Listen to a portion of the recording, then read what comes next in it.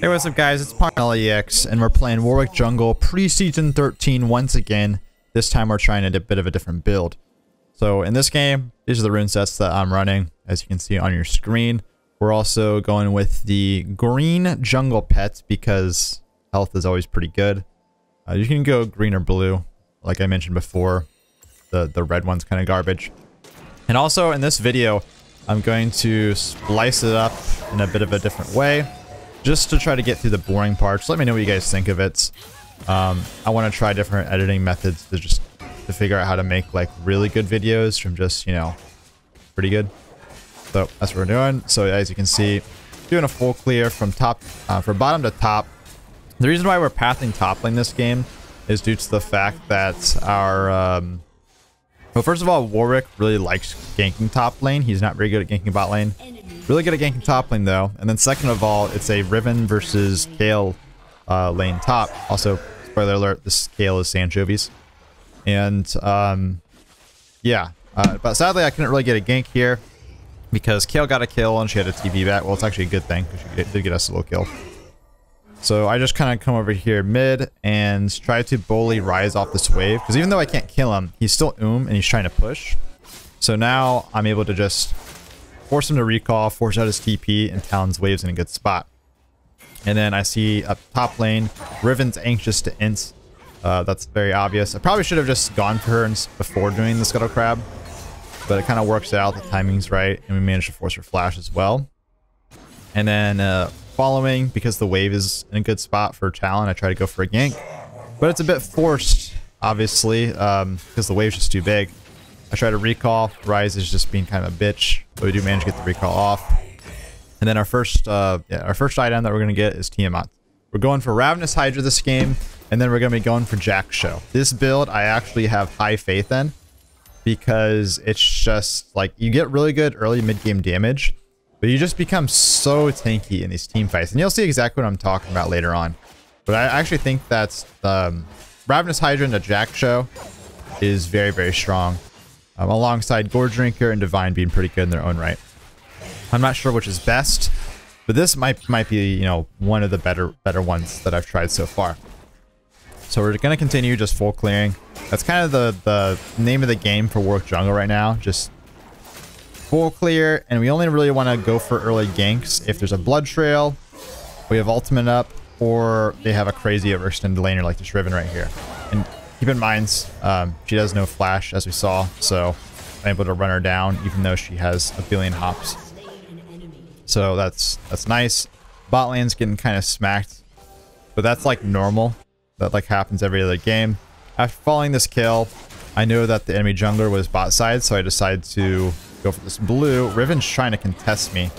And this, I actually almost lose this blue to a resetting here, which is kind of tragic, or it was almost tragic. But luckily, we managed to grab it. We hit level 6, and Riven just kind of ints. So we have a really, really strong top side here. This is exactly what I wanted to do with camping top lane. Also, we do know we see this enemy's Silas, who's the enemy jungler, take my blue. So we head top side here instead of going towards our bot side. We go for red. We're gonna go for Herald right afterwards. But yeah, like I said, we want to get this Kale ahead and keep this Riven behind. If Riven's ahead, she's really, really hard for me to deal with. If Kale's ahead, she's obviously 1v9. And I can deal with a Fed Gen, honestly. So that's why we want to play towards bot side. That's one of the reasons, or towards top side. That's one of the reasons, at least, why we want to play towards top side. And after taking those rafters, I was thinking about doing a recall, but Scuttle Crab's up. We might as well take it. And I do see that Riven's had overextended. I try to, like, you know, get like an angle behind her, but I run into the Silas. And I was actually thinking about recalling here, but because Riven's just really overextended, and I'm still pretty strong right now, I kind of want to, like, I'm kind of flirting with fighting here. Decide that it's just not going to work out. It's a little bit overforced. But then I go back, take my Krugs, and I think that because Kale is trying to push it out, she might get ganked. I don't know where Silas came from, honestly. Like, I did not expect him to be there. Like, I thought he was going to gank top lane, but not from there. But the counter gank was a good read, and we're trying to go for this kill. Sadly, I wasted my ultimate on nothing there. Could have actually saved the Kale. I kind of forgot that she's just a range champion and could finish that off, but it's fine. Talon's up here, Riven's trapped, and it's just a free kill. Which, by the way, so check this out. They nerfed Rift Herald. I don't know if anyone really recognizes this, but the Rift Herald damage is not as much as it used to be. It doesn't deal half the turret's health anymore. It does like 35% or something like that. It's a noticeable nerf. And it's actually kind of a problem. I'm not sure why they did that, but maybe it's an accident, or maybe it's just because tower, you know, health got buffed or something, but whatever. It's just, I kind of don't like that change. But we do manage to finish our Ravenous Hydra, our boots, and we're building into our Jak'Sho once again. And we're just trying to stack up this Ravenous at this point. So we're going like pretty heavy mid-game farming. Run into the Silas, but I want to walk away. You can see we lost our bot lane turret. Kai'Sa is just farming, trying to like freeze the wave and catch up and farm. So this means that we just do not have prio to force any fights. As you can see with this dragon right here, they're trying to force this dragon, but I'm just voting no to it. Which, by the way, the objective voting pop-up is an extremely obnoxious change that just definitely needs to get changed.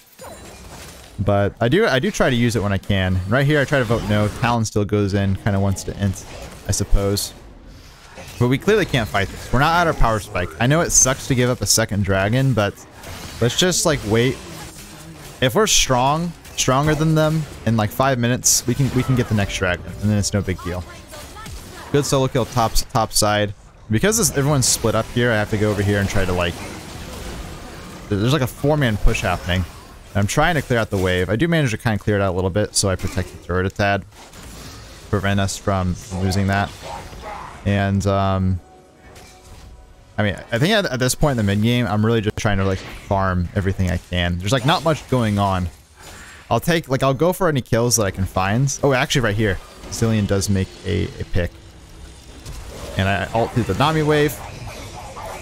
And that was actually really clutch. That was really, really clutch right there. I'm gonna go ahead and just sweep around here. And Herald's up, right? Yeah, we should just be doing Herald. My ADC gets... We get pick Herald, ADC dies. Everything's on the Jhin. Everything's on the Jhin this game, but like I said, he's gonna be really really easy for me to deal with. And I end up farming towards bot side. I take like all my camps. This fight breaks out with Talon. Silas did like 0 damage there. And now we get our Jak'Sho. This is the item that I was talking about. You'll notice very quickly just how tanky I am when we're in these group fights. Like, keep in mind, I have a full I have CDR boots and Ravenous Hydra. I have 2 items that are just like not tank items at all. But one of the reasons why Jak'Sho is such a good item on Warwick, I think, is it's very resist heavy, and that means that Warwick's healing is more impactful.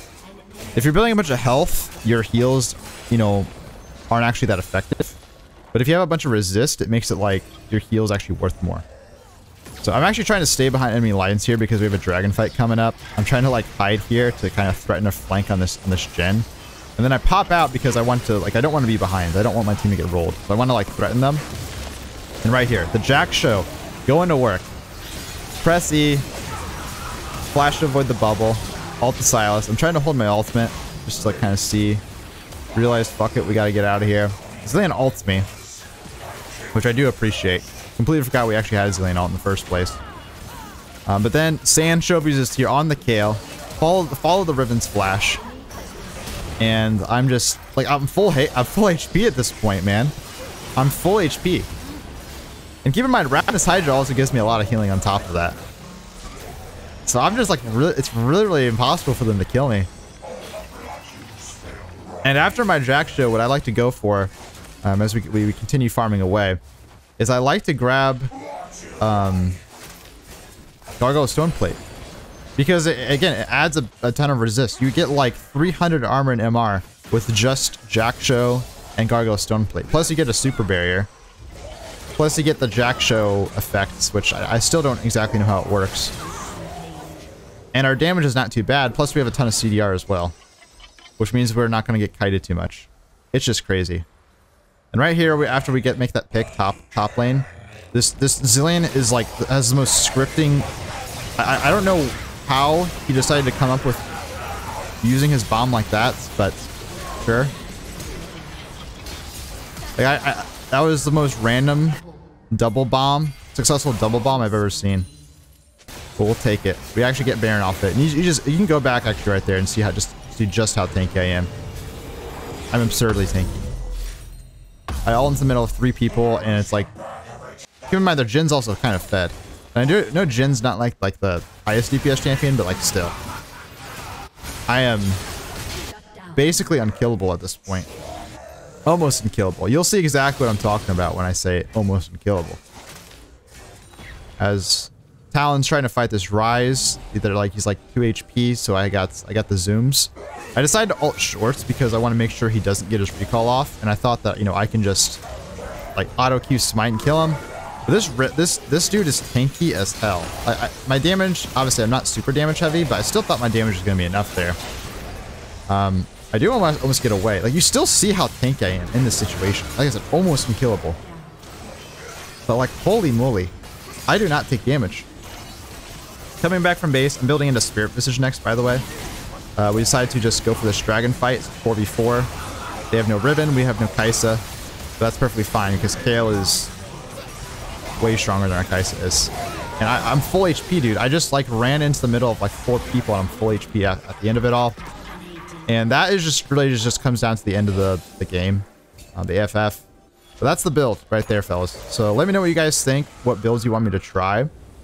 And also let me know how you like this like quick video format. Peace out. Later.